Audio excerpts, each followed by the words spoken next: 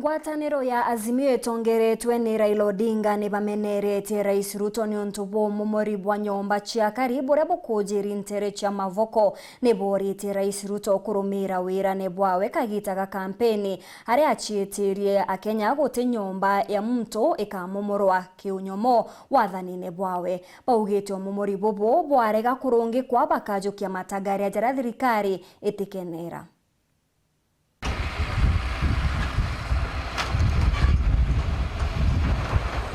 Baane bamwe bantu bara betete athara nene kumania na UMOMORI bwa NYOMBA bora bwithirite bugita na mbere NTEERE chia MAVOKO Athi River baingi bao bakiuga miunda yao bagurire kiwatho na kinya bari na maratasi ja kuonania bo bakiongera batamenyithwa mbere ya UMOMORI bobo bwambirerwa na nandi ni gutegera kinyomba chiao cha gukara na cha wonjorithia ikiringa tiri. Tumenunua ardhi, tuliambiwa hii ardhi ni halali, Kenya anatuuzia tunajua.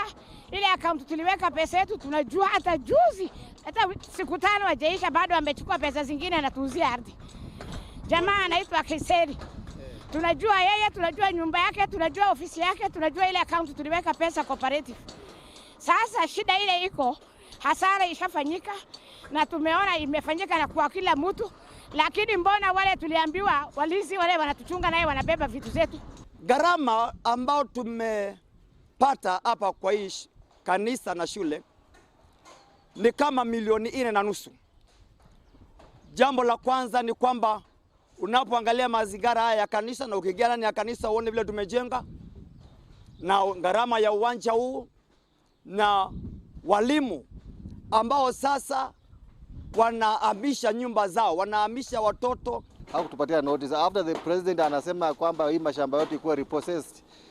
In the afternoon, the very afternoon, tractors zimefika hapa, askari zaidi ya 2,000, watu wanakimbizwa, nyumba zinabomolewa. Basically you just sit and watch, and now the biggest worry is most of us were serviced by banks and SACCOs. So how do you now go ahead and start paying for a loan that was supposed to be paid by the investment you've put up? Kumania nabo mutongeria wa rutere ruregani na thirikari Raila Odinga ni amenerete bonene akiuga ati Rais Ruto ate kuingia wirane bwawe bwa gukaria mu Kenya. And a human tragedy is unfolding before the eyes of Kenyans under Ruto's watch and his loud silence, in fact order. What has gone on here in MAVOKO these past few days is not just inhumane, it is also ungodly. What is going on here is forced eviction, the exact crime Ruto promised to bring to an end in July last year. It's a gross violation of human rights, the right to adequate housing at a time the administration purports to be working to ensure that everyone has shelter. Na kuga bota Azimio batekira na kuona Akenya baba Kenya marua na gwatwika gote thirikari ikathithia bagatethia barabaringekete gwitetera. We are determined to ensure that cruel crime is answered for. Somebody will have to take the responsibility for this bestiality. The Kenya Kwanza administration must immediately halt any further demolitions. It must share with the victims and the country the immediate plans to pay compensation for the property that has been unlawfully destroyed and to find alternative settlement for the victims.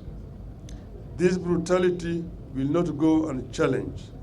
This brutality will have to be answered for and accounted for. If the government does not act, we will help the people to act. Ni arekirete kagitene gaka Kenya batena wakubakaria na kinya koti amona mbunge nande itena mainya jao jongwa ja oriti Ngugi. Siku hizi mambo inatoka kule Ikulu unasema ipitishe bila ilivyo. Na wabunge hawapewi nafasi ya kuongea vizuri juu ya yale masuala ndakuja kwa bunge. Kwa hivyo sasa Wakenya hawana kinga. Pande hii bunge mateka. Pande ingine mahakama mateka.